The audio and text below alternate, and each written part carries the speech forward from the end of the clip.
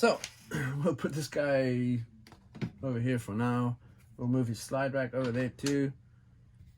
All the hardware is here to mount it to the chassis. So this is the part where you need to start keeping track of where what is, because you can't just throw stuff around, right? You'll lose stuff.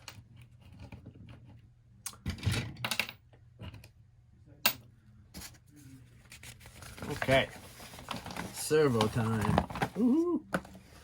So he's running this V2, awesome servo, fully programmable if you really want to go down that route, but it comes with a drift program pre-loaded onto it. So it's pretty much a plug and play. You don't really have to mess with it at all. There she is. Nice and small, just a beautiful, beautiful guy.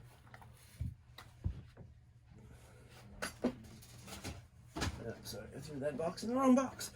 Anyway, throw that out. Now, we need bag 6. So let's get bag 6. And bag 6 has got a lot of sexy stuff in it. Lots. So open this bag up, throw everything out. As you can see, it's got all the beautiful shock towers in it with all these million holes that you can choose from. There's the front one, right? Really sexy. These are your shock mounts that are purple anodized balls, right? So that's what I'll wind it in this one so you can kind of see what it is. Anyway, that's what that looks like. So your shock top would pop onto this guy. This will be sitting on top of your shock tower, right? And then some ball ends for the camber links and 2 turnbuckles, which is obviously also part of your camber arms and stuff like that. And then in this little bag, more bags in bags, of course, but there's a couple of cool things in here that I'll show you. So this is all your front bulkhead. This goes to your chassis. Your shocks will go onto this. This will join your servo that'll be hanging off here. Your slide rack hangs upside down. It's not on the floor, it hangs. And then this will be part of that. And so would this be part of it? And this guy would be part of your top control arms. That's also part of that. Anyway, you'll see how it goes together. So,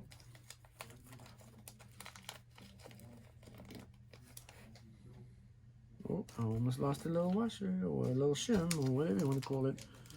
Whole bunch of button head screws. Don't know why everything doesn't just come in one bag, but hey. Another bag of hardware. Unreal. Also could have been in that same bag as the other bag as the other bag. Right? To tell you the truth, if you look at, it says bag 6 and it shows you the content. So why couldn't you just mix all this stuff together in one bag? Same with the plastic servo horns. Nothing's going to go wrong with them. Throw them in the same bag. Anyway, I can understand the anodized parts, right? I get that. It's, you know, you want to keep them nice and not scratched up or anything like that. But okay, whatever. So, servo. It comes with 3 different servo horns. And you're obviously trying to find the right one. So all you do is you obviously see if it'll go on. And lucky enough, the first one I grabbed was the right one. So you've got to make sure it goes on this little splines. Now a lot of people you have to kind of hook this up first and zero your radio and. Well, if you take this servo and you know it's going to lay on its stomach like this with these wires to the front, right? If you put it down like this and you take this servo horn, you want it 100% through the middle. It needs to be straight. But how do you know if that's centered? Well, turn it all the way right, turn it all the way left. If it has the same amount of travel both ways, it's good, right? So that is centered. Okay, so that was way too easy. So I'll squish that on there and get a nice, we need a very short button head. YD screw included into the servo. Funny enough, this servo doesn't come with a screw. Luckily, I have thousands of little screws that I've collected over the years and stuff. You know, you don't want a super long one, but you don't need a super short one either. So we'll just get a nice halfway in between button head screw here. There it is. And I'll put that little drawback where she belongs, and I'll thread this guy in here. So, thread that in here real quick by hand.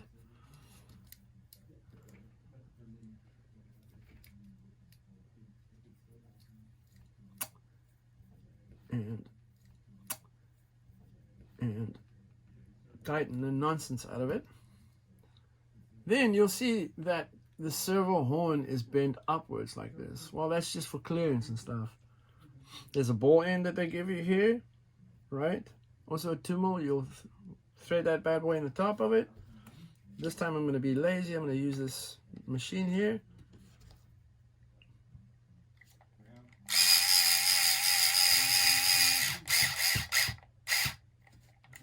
And there's that. Bingo bongo, right? Well, that way.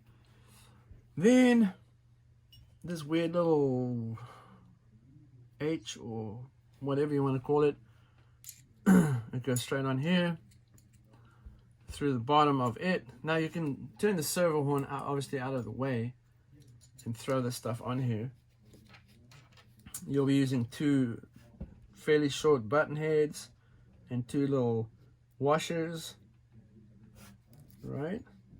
That way it actually will give it more of a solid mount instead of these holes being pretty big, and it can always, you know, if you really thread it tight, it can pull right through very easily.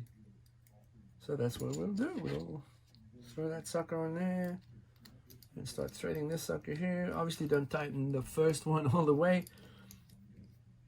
Just, you know, get close to it and then stop and then put the other one in, and then you can make sure it's all the way perfectly in the middle, and then, you know, tighten them both super tight. That's what I usually do with servos and stuff. Well, anything that is going to pull, you know, 4 or 3 button head screws like this, put them all in, then tighten it. Cool. Now there's that guy, right? You see it, there's the screws. The servo is obviously here. It's never going to touch it because they've engineered it so it doesn't. Really sick. There's that part. Now the chassis is what's going to be used next, and we have this beautiful anodized piece here. Now you can put it this way or you can put it this way. Make sure that the bent part faces to the back of the chassis. If you don't do that, then you're gonna hate yourself afterwards and be confused because how come it's not working, right? Because it is confusing, you know, it definitely is confusing. Yeah, so a tapered head screw, hand threaded in, another one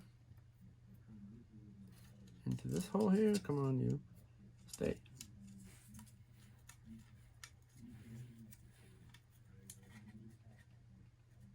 Yeah, just hand thread it in, and then use Mr. Trusty driver here.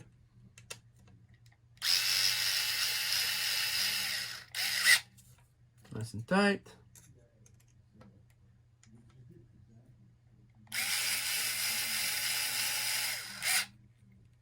And nice and tight.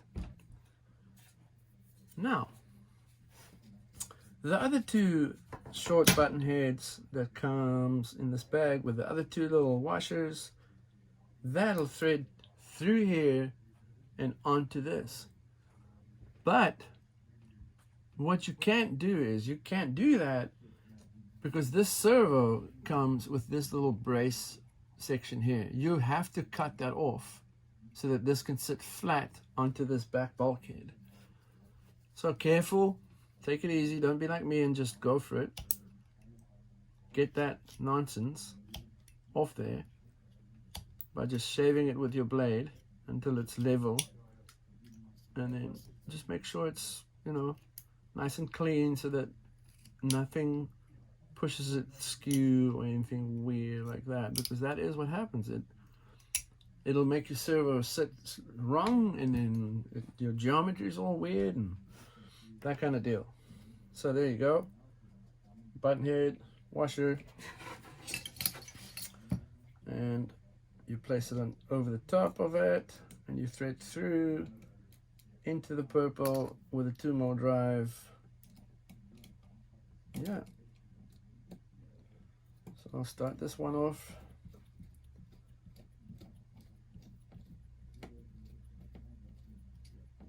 Yeah, not all the way tight though. And I'll put the second one with the washer, and I'll thread that in.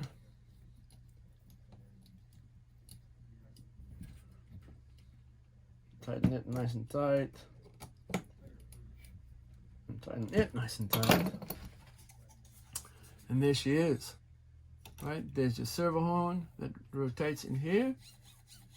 Right? And the whole servo connected to this rear purple bulkhead. Looking good. Getting there. But now it gets awesome. Now we start locking things down, and all kinds of funky things happen next.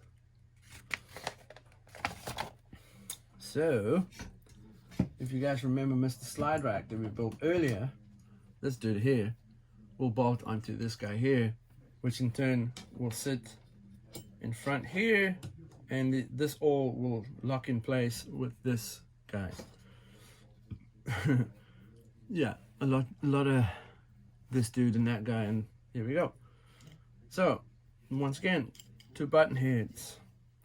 You might as well place them in the holes if possible. They're just not long enough for you to just put them in there.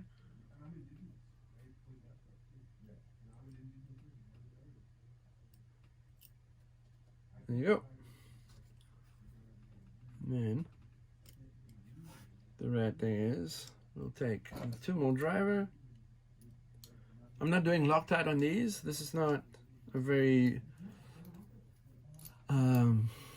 it doesn't vibrate so much on the nose of the car than in the drivetrain of the car. So, you know, hand tight, nice strong hand tight, that's good enough. So that's what I usually have and do. You don't have to go beyond that. Beyond that, you start breaking and stripping screws, or you slip and you scrape and you hate yourself afterwards. So 2 taper heads, 1, 2. That will tighten this front slide rack bulkhead onto the chassis.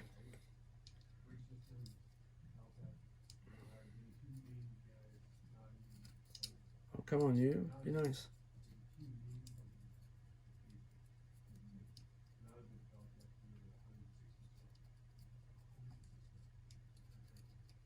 Now it doesn't want to just go in, does it? It's being a punk. So, Mr. Trusty driver.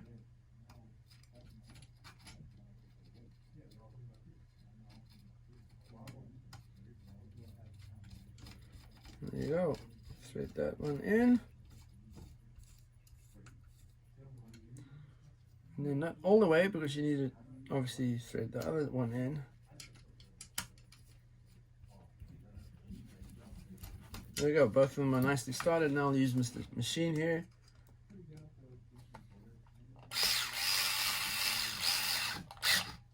Nice. Nice. Cool. Look at that. Now we have a slide rack. All we have to do is connect this guy to this guy, and we're good.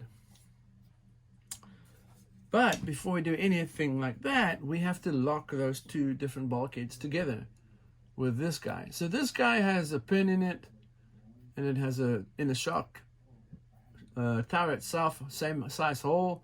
You slide the pin through it, through the top control arm into the receiving end, and then you'll have a little micro screw that'll keep that pin in place. So that's why you have these receiving ends here and here. So we throw that over here with some button heads on it. One button head there, another button head here, another one here, and another one here. There we go. Now hand start them.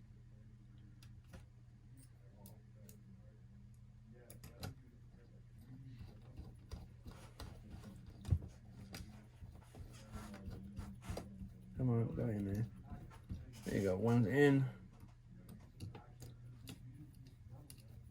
One in there. His buddy back here. And then this guy here. Cool. Now I'll use Mr. Trusty.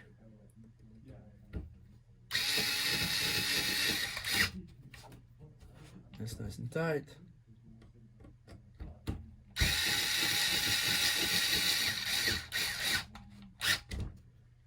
That's nice and tight. Whoa, that's very tight.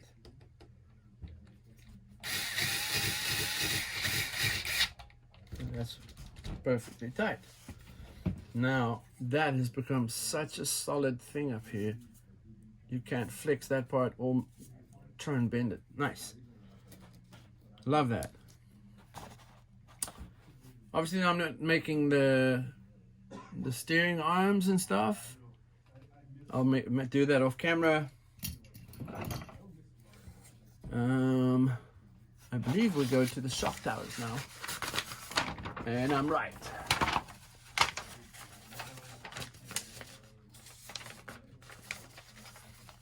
Okay, so I guess I skipped something here. I might as well throw this motor and tranny on here, because, you know, somehow at some point I skipped that part.